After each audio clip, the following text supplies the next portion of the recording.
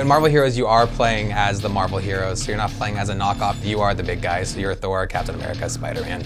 The best thing about this game is that you get to play as your favorite Marvel characters. You get to design them in the way you want them, you have them dressed the way you want them dressed, you have them doing what you want them to do.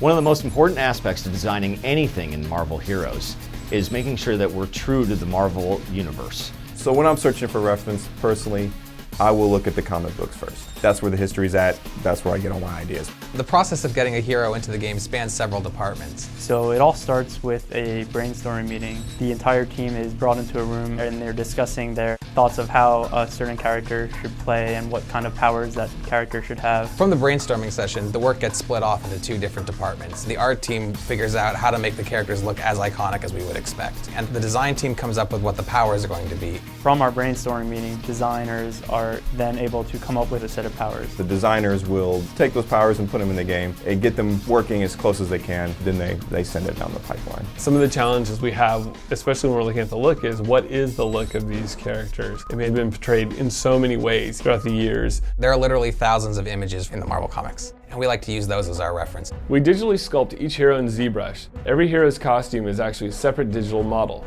So we try to match the source material as much as we possibly can. In most of the cases, we can hit it pretty dead on in terms of how it looks. On average, it takes us about 4 days to make a model. Sometimes they could take as long as a week or even 2 weeks. We end up with these super high resolution grayscale 3D models that we then paint and make a texture map, a normal map, and a specular map.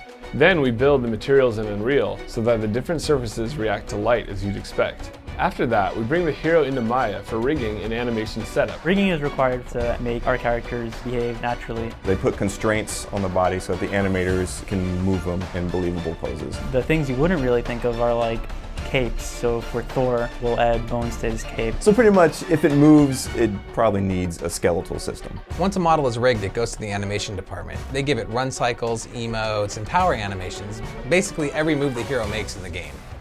So once the animations are done, then the effects artist will take that into Unreal, and then they will add the particles and the models and mesh effects, materials, everything to finish off the power. So if it's Thor's hammer, we want to support that movement of the spinning and then have the throw and then the electricity of the hammer and everything kind of support it. And then finally they will go to the audio group who give all the same sound effects. So Spider-Man's web thwip sounds like Spider-Man's web thwip to kind of put the icing on the cake to make it a full power. One of the things that I'm most proud of in Marvel Heroes is how differently every single hero plays from each other. There are dozens of characters in the game.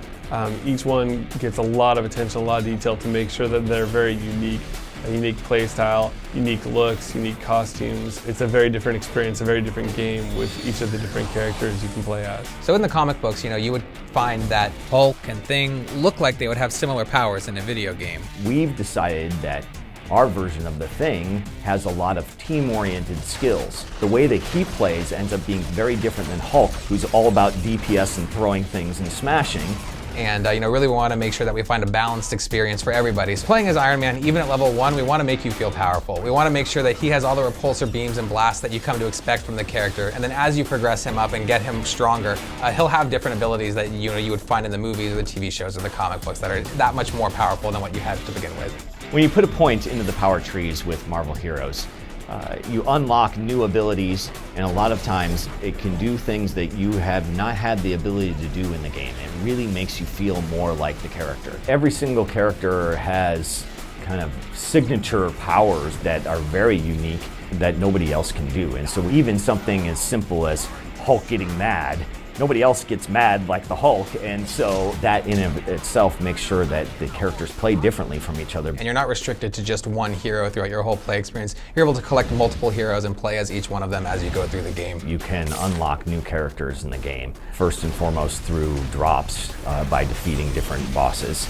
As long as we keep going, I think we'll be adding as many characters as possible. It actually takes a lot of people a lot of time to create these characters and to allow that quality to show through. So it's a huge effort to make any character in our game. When we're designing a power and we consider it to be done, it isn't really done, and it won't be done for a while. We listen to the community, we get feedback about what we're doing, and we try and incorporate that all into game balance as we make them all as best they can possibly be. Everyone who reads the comics has a different feel about what that character should be doing or what that character should look like.